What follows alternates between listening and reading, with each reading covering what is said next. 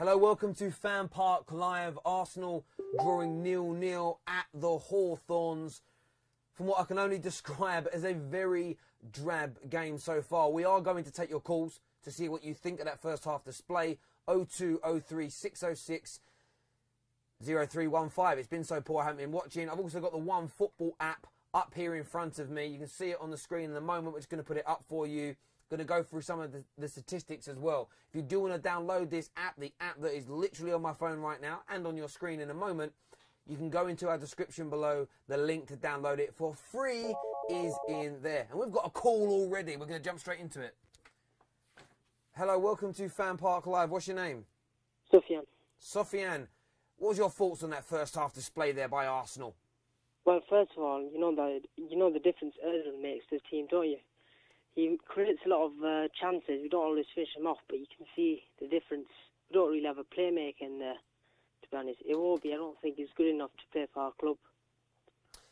I understand that, but of course, rotation is needed at this moment in time. No, Ozil's injured.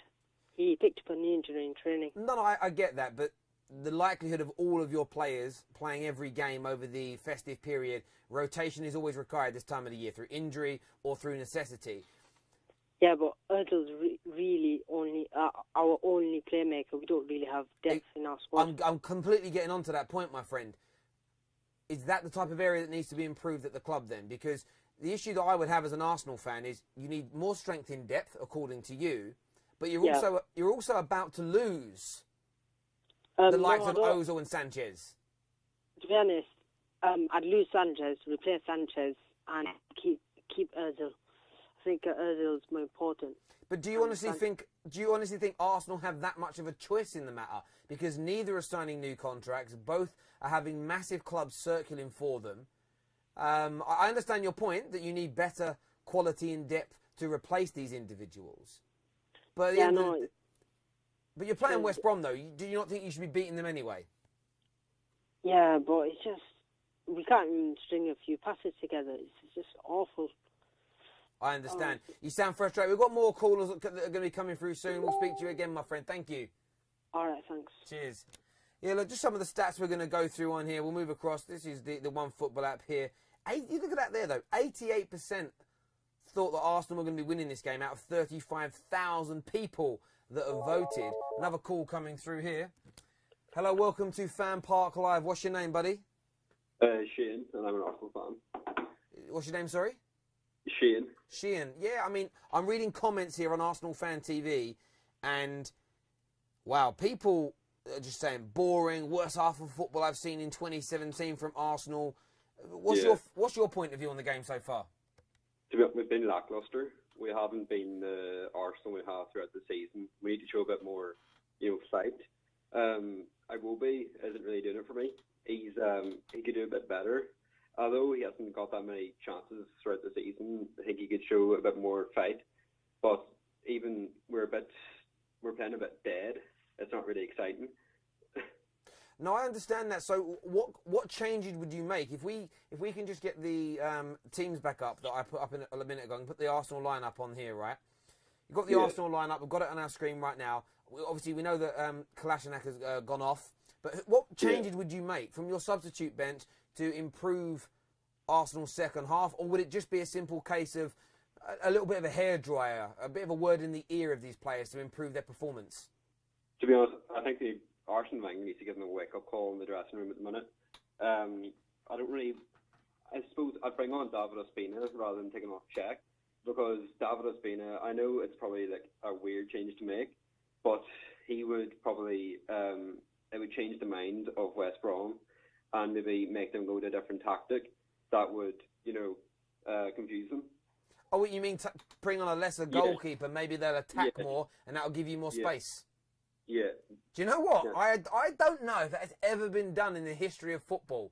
But, no, it hasn't, but I do understand your logic. There is logic in your thought process there. I'm not sure if other Arsenal fans are going to agree with you. But when you look at that bench... El Neni, Coquelin. I mean, these two ain't going to change the game for you in an attacking sense. Welbeck or Theo, that's it. Yeah, so Maitland-Niles, I don't think he deserved to go off.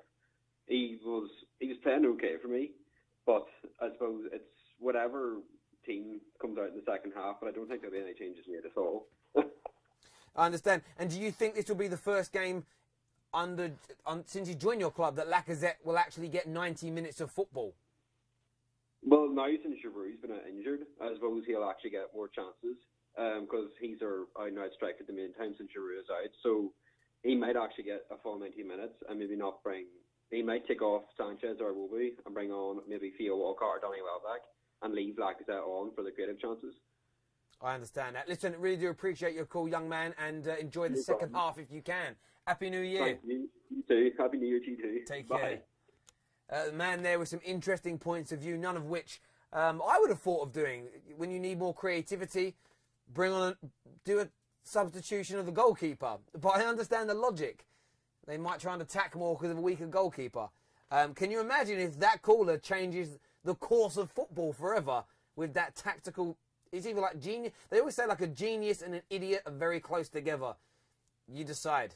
There we go.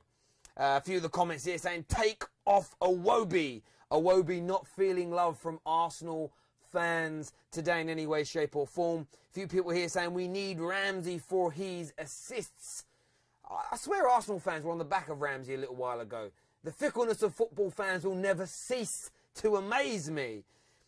What about Theo Walcott? A bit of pace, getting in behind. Could Theo Walcott make a difference? 186 goals and assists in his Arsenal career. Maybe he could do something. I think we've got another call coming through now, potentially. But look, just looking at some of these stats here. Oh, we have got a call. We have got a call. Hello, welcome to FanPark Live. What's your name? Hello, my name's Anthony. Anthony, what's happening, brother? How you doing, bro? I'm very good, mate. You a gooner? Yeah, gooner, 100%. Yeah, what's your thoughts on that drab first half of football? My thoughts is we've got too many defenders at the back. We're playing 5 at the back. We ain't got Ozil on. We need to have that space in midfield. We need to have that space in midfield. And unfortunately, if we was to maybe change to a 4-3-3, I think we'd destroy them. The space is on the wings, and we're trying to go through the middle. So that's the biggest problem I see. Well, if you look at West Brom, they're playing with a flat back 5. When you look here, 3 men in the midfield area. Maybe, as you say, it's about time to match up the midfield man for man and then try and overrun and overpower that defensive line. West Brom have been very astute and difficult to break down. Would you make any... I mean, with the last caller reckons if you change your goalkeeper, that will create more space for the remainder of your team. Would you make any substitutions that left field in the second half? I wouldn't make substitutions yet. I think Iwobi's been a little bit passive. Personally, it doesn't really seem like he wants to impose himself in the game. And obviously that shot he took was terrible. But I think the biggest issue is you're going to a team that's going to play defensively, as I said before, and you're playing 5 at the back. It doesn't make sense. Okay, what you want to do is obviously stretch them out. I think I called up you last time and explained that Lacazette, his formation that he played in Lyon was 4-3-3. Yep. Like 90% of the time he played 4-3-3. He hasn't even played that formation at Arsenal because obviously it gives him that room. He's a little guy. He needs that room in the middle. So at the end of the day, you know, similar to Messi when he was playing in Barcelona up front, give him that space in the middle, and he's fine. Just, you know, use the wings to stretch them out, and they would terrorise them. But unfortunately, we're just playing for that middle, and it's just basic for West Brom to defend. So. When we look at Lacazette here, do you think this will be... I mean, has he actually played 90 minutes in the Premier League? Because, I mean, you'd hope he'd get 90 minutes today. There's nobody of his ilk or quality on that bench. And unless Arsenal are winning by 3-0 come the 70th, 80th minute, if he's not left on that football pitch... I mean, I already think Wenger's gone. I mean, he's breaking Fergie's record today, which I don't think he should be allowed Fergie's record due to the fact that he hasn't won the Premier League in the last 13 years. Yeah. But I think it's a travesty to not leave this man, as you say. He's an absolute superstar. He really, really is. If you look at the season that he's had, 8 goals, 1 assist, but he's literally only playing 2/3 of a game. It's mental. It's mental. I mean, some games I can understand because obviously maybe at the beginning you take him off a little bit, but there was a few games in there, the West Brom game where he scored, banged in 2 and he got taken off the 85th minute. That was a travesty. There was no excuses for that because you could have left him on. He wasn't even running much. He was just playing. He was playing excellent and he got taken off. But I don't know, man. I mean, Wenger, clearly part of it was to do with Giroud. He's appeasing to Giroud. And he knew he should have got rid of him before, because he said many years ago he would not actually buy another top striker whilst he had a first-team striker at his team, because it would cause problems within the team. And I've seen that personally. I believe at the beginning, the players weren't even giving Lacazette the ball. They weren't even willing to pass to him. We saw that incident that happened at the beginning of the season, where he basically didn't celebrate with Lacazette when he came to celebrate with him. So there was obviously some dynamics there. So I think Wenger's all over the place. You know, when Lacazette played for France internationally, where he banged in 2 goals, straight away when he came to the team, Deschamps changed the formation for him to a 4-4-3.